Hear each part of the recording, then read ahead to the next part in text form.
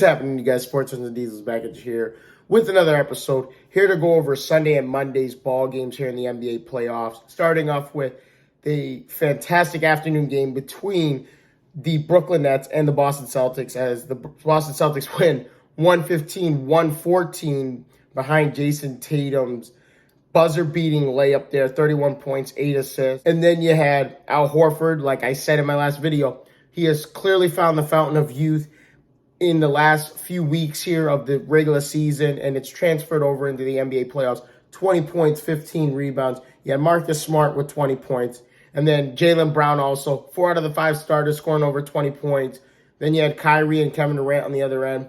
Kyrie Irving, 39 points, looked fantastic throughout the ballgame. Hit tough shots, hit tough three-pointers down the stretch. But the ultimate story in Game 1 here is the Celtics defense against Kevin Durant, as he only scores 23 points on 9 of 24 shooting from the field. And, the Celtics forced him to catch the ball well outside the three-point line, 25, 30 feet away from the basket.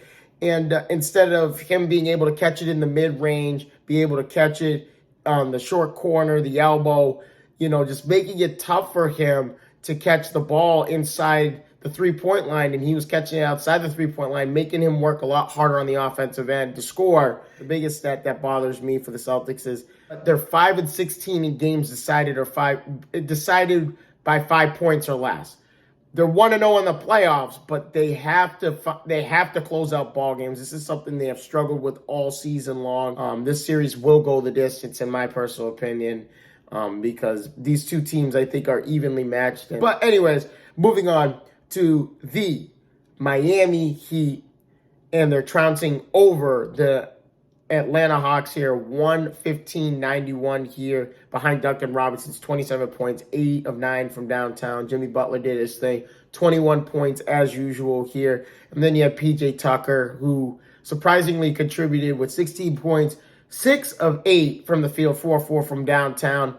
And if they keep getting contributions like this from PJ Tucker, Miami will make another deep postseason run, and you'll find them in the NBA Finals yet again. Miami's stifling defense is another one that surprised me. They held Trae Young to 8 points. I had to double take and look again that Trae Young only had 8 points in this ball game. 1 of 12 from the field, 0 of 7 from downtown.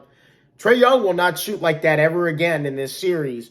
Milwaukee beating Chicago here in a tight-knit game. Milwaukee was up double figures early in the ball game, and Chicago came back, made a game late, but too much Giannis Antetokounmpo, 27 points, 16 rebounds, as Milwaukee wins 93-86 here. Vucevic, 24 points, 17 rebounds. He played well. Zach LaVine, DeMar DeRozan, expect more out of them in Game 2, as they were held to 12 of 44 combined shooting from the field, 2 of 12 from downtown. They both had 18 points apiece. I don't think you will see these two shoot like that in this series again, but Milwaukee's defense comes through yet again, and the defending champs are off to a good start here in the postseason. And the last but not least, the nightcap game of Sunday night, New Orleans Pelicans, the Phoenix Suns here. Phoenix 110-99 over the Pelicans. Behind Chris Paul's 19 points in the fourth quarter, ultimately finishing with 30.7 rebounds, 10 assists. Another old guy who has found the fountain of youth here as of late. Devin Booker, 25 points. Phoenix is 47-0 when they lead after 3 quarters in the regular season. Now they're 1-0 in the postseason. So 48-0 this year when they lead after 3 quarters. If Phoenix has the lead, expect them to win ball. They want to avenge last year's loss in the NBA Finals, as they went up 2-0 early in that series, and then eventually lose to Milwaukee in 6 games. Don't expect anything less from them. I expect a sweep over the New Orleans Pelicans. These guys are going to get whooped. As Charles Barkley says, guarantee. This is a guaranteed sweep here, in my opinion. I don't see, if New Orleans wins a game, they'll win a game. They'll win Game 3 or Game 4 in their home place, but I don't see them winning more than 1 game in this series. But moving on to Monday night's games, last night's games, starting off with Denver and Golden State here. Jordan Poole, 29 points, 5 rebounds, 8 assists. Another great performance by Jordan Poole. Steph Curry scored 34 points in 23 minutes. Nothing else needs to be said there as Golden State wins by 20. Over to Toronto versus the Philadelphia 76ers here in Game 2. Philly's up 2-0 now as they win 112-97. Maxey, 23, 8, and 9. Joel Embiid, 31 points, 11 rebounds. Joel Embiid had more free throw attempts than the entire Toronto team last night. Yeah, there is an acting job there. We have some Academy Awards to give out to Joel Embiid for the fantastic performance he put on in the first quarter. But Toronto's got to do something here in this series. I have Philly winning this series in 6, but they keep, James Harden doesn't have to do much. What do you have, 14 points, 10 assists?